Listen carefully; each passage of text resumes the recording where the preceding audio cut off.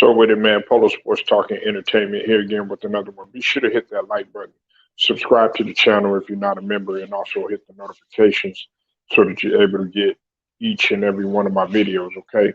Now, just real briefly, I'm going to talk about the NFL uh, making some protocol changes as the NFL will end mandatory boogeyman testing for asymptomatic jabbed up players, and that's going to be a major protocol change. Now, according to reports, the NFL will stop mandating weekly boogeyman tests for asymptomatic jabbed up players, and the new protocols, which will take effect next week, it will allow the boogeyman to uh, spread undetected through locker rooms and could increase opportunities for infected but otherwise healthy players to participate in games. Uh, the NFL and the NFL Players Association announced that more targeted testing plan in the statement, along with more quote unquote more flexibility for players to attend meetings virtually and opportunities for high risk players to opt out of their remainder of the season. Okay. Now, the revised NFL NFL Players Association protocols will end meeting, regular testing of asymptomatic, fully jabbed up individuals. I'm trying to talk in code here, and a major shift amidst the emergence of the O word variant or new strand, and over 150 players testing positive this week. The changes come 2 days after the NFL eased its return to play protocol for players who test positive, 1 day after 3 games were postponed. And at the end of the week, uh, which the virus has sent over 100 players to the league's boogeyman list.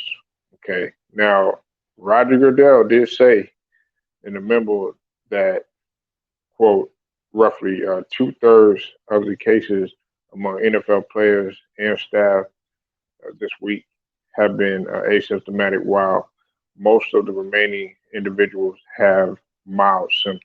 Okay. Um, and the NFL medical officer Alan Sills said a new phase. He called this a new phase of the pandemic. You know what I'm saying?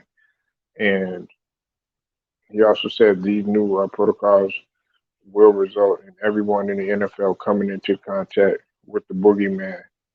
And he said the hope is if you're jabbed up, and especially if you're boosted, you'll be able to fight off the virus with no or mild symptoms. But unless you are boosted, it's likely you'll contract the the boogeyman and perhaps spread it to others as well. Uh, Now, the protocol shift responsibilities for a given person with health and safety from collective to the individual. Now, players will retain the option to attend meetings virtually and wear a mask in the facility. That's what Goodell has said.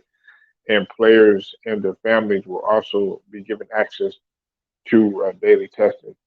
Now, teams will even distribute at-home tests and allow players to self-report positive in either their own or their family members as well. Now, even though, but without a requirement, many players, including some who feel the NFL should do away with the boogeyman protocols altogether, will have an incentive to decline the testing because a positive test will rule them out of games. And many of those players, even when affected, feel well enough to play. Seal said earlier this week that many of the 100+ players who have tested positive this week would have even sought a test based on the symptoms alone. Now, y'all remember the Washington football team, right? Now, the Washington football team doctor, Tony Colazzaro, he told reports Saturday that of his team's 23 players that had tested positive this week, only two would have been held out of practice solely based on the symptoms. You know what I'm saying? So, see, what you have to realize there is that even though, some of these players are not, uh, showing, the symptoms or asymptomatic or whatnot, it doesn't necessarily mean anything. But like I said, man, they're trying to make every type of modification that they can. I think that it's horrible. It's a horrible idea altogether. It's just my personal opinion. Just shut it down. But they all think alike. You know, all the commissioners, everybody from Adam Silver to Roger Goodell and the commissioner for the NHL. They all think alike. You know what I'm saying? They care about their brand and they care about the marketing. So yeah, these are the changes that are going to be taking place. My question is this though, right? My question is this: What if that doesn't work?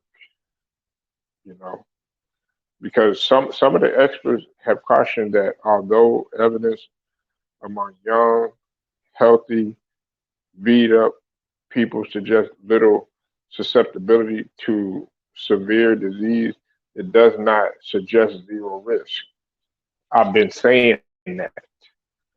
You know what I'm saying? You still get a small percentage of athletes who develop long, you know, boogeyman symptoms. You know what I'm saying? So, it's this is just it's getting out of hand. It's becoming a situation.